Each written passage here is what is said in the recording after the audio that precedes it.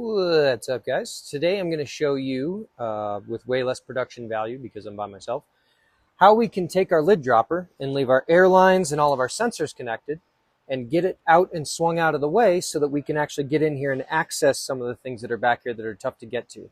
The way our lid dropper is set up on this machine, we have these bolts that travel down into the mid plate.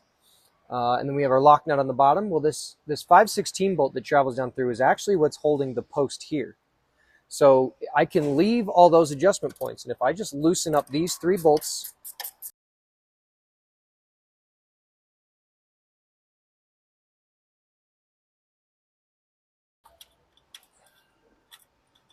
and once it's free, I can then move my lid dropper over to where I'm using this post here.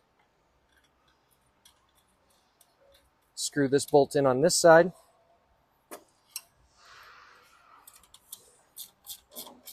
Now my lid dropper is supported. I can use my HMI to toggle the lid dropper. I can also access all of these bolts and be able to get to the front, and I didn't even have to unplug anything.